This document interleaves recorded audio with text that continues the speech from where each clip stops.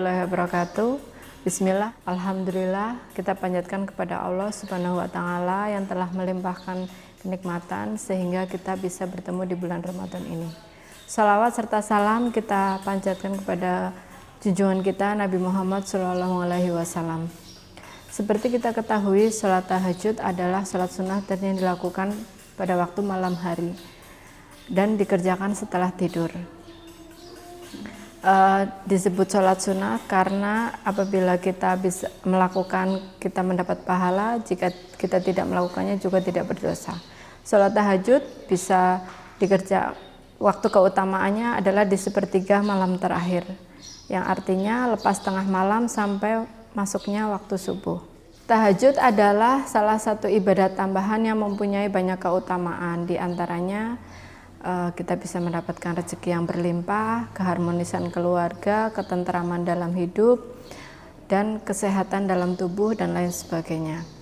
Namun kita melakukan sholat tahajud tidak boleh merasa bangga dengan diri sendiri atau ria dengan hal yang didapat, maka itu akan rugi di mata Allah. Ada salah satu kisah menarik pada zaman Rasulullah yang bisa kita ambil pelajarannya berkaitan dengan sholat tahajud. Pada masa Rasulullah ada ahli ibadah yang bernama Abu bin Hashim. Abu bin Hashim adalah orang yang sangat sering melakukan tahajud sampai bertahun-tahun lamanya. Beliau merupakan ahli ibadah bernama Abu bin Hashim.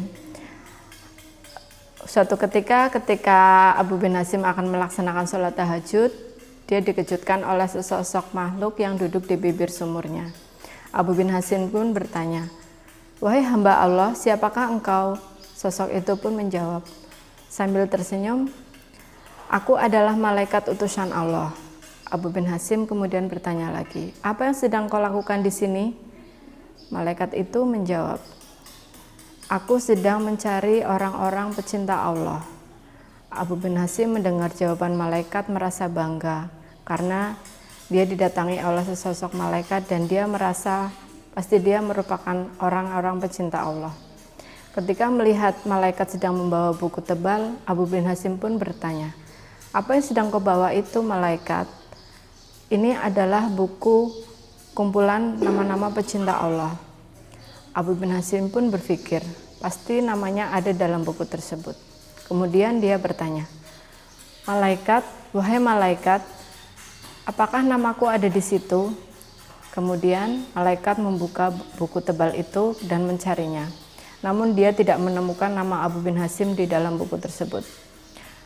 "Namamu tidak ada di sini," kata malaikat. Abu bin Hashim pun merasa tidak percaya.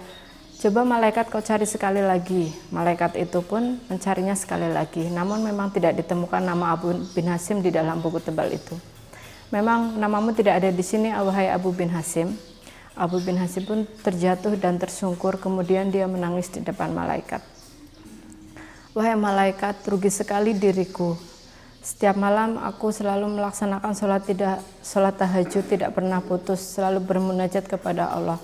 Tetapi aku tidak masuk dalam nama hamba pecinta Allah," katanya. Kemudian malaikat berkata kepada Abu bin Hashim, "Wahai Abu bin Hashim, bukannya aku tidak tahu engkau selalu bangun tengah malam. Bukannya aku tidak tahu engkau selalu mengambil air wudhu dan kedinginan ketika orang lain sedang terlelap. Namun ketahuilah bahwa aku dilarang Allah untuk menulis namamu," kata malaikat. Abu bin Hashim pun kaget. "Apakah yang menjadi penyebabnya?" Malaikat menjawab, "Bagaimana mungkin engkau menjadi hamba pecinta Allah sedangkan engkau sendiri tidak pernah mencintai hamba yang diciptakan Allah?" Mendengar jawaban malaikat, Abu bin Hashim pun tersadar bahwa selama ini ibadah yang dia lakukan hanyalah untuk memperkaya diri sendiri dan tidak pernah memperdulikan orang-orang yang membutuhkan. Sejak kejadian itu, Abu bin Hashim pun tersadar sehingga dia mulai berubah dan mulai banyak membantu orang-orang di sekitarnya. Nah, dari kisah tersebut kita bisa ambil pelajaran bahwa Allah menciptakan manusia untuk saling menjaga silaturahmi dan saling membantu sesamanya yang sedang membutuhkan. Boleh-boleh saja kita berdoa memohon dilimpahkan rezeki dan memperbanyak harta kita, tapi ingatlah apabila Allah sudah mengabulkan doa kita, maka kita diwajibkan untuk menyisihkan sedikit rezeki untuk membantu orang-orang yang sedang kesusahan. Apabila kita melakukan hal itu, maka kita akan menjadi orang yang bersyukur. Bukanlah janji Allah itu nyata. Apabila kita selalu merasa bersyukur, maka nikmat kita juga akan ditambah oleh Allah Subhanahu wa Ta'ala. Semoga dari kisah ini kita menjadi manusia yang selalu merasa bersyukur dan menjaga silaturahmi.